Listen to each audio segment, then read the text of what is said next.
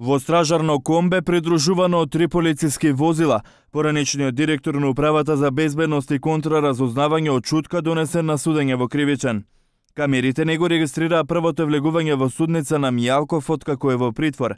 Пред судницата имаше 20 специјалци, а надвор од судот уште десетина полициски службеници. Мијалков седна на обвинителна клупа за предметот Трезор, судење за нарачка на софтвер од Велика Британија за потребите на петата управа во МВР, со проневера на повеќе од 800.000 евра.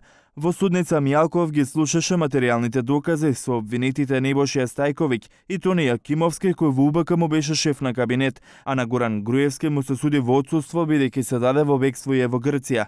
Адвокатите на Мијалков се уште чекаат покана за јавна седница во апелација на која ќе бараат на Мијалков да му се укине притворот. Судот е должен да го покани обвинетиот да даде свој исказ, односно да се произнесе по однос на предлогот за определување на мерки.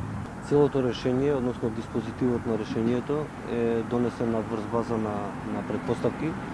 Господинот Мијалков нема никаква поврзаност со таа финансиска трансакција, ниту пак со износот кој што се споменува.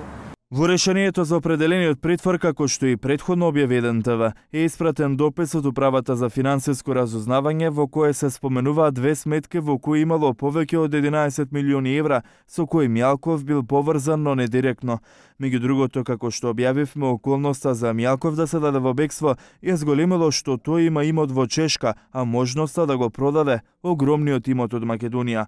Притворот на Мијалков му определен пред 9 дена во судскиот процес Таргет тврдина за масовното прислушување и уништувањето на опремата. Покрај во Трезор му се суди и во Титаник 2 и тортура.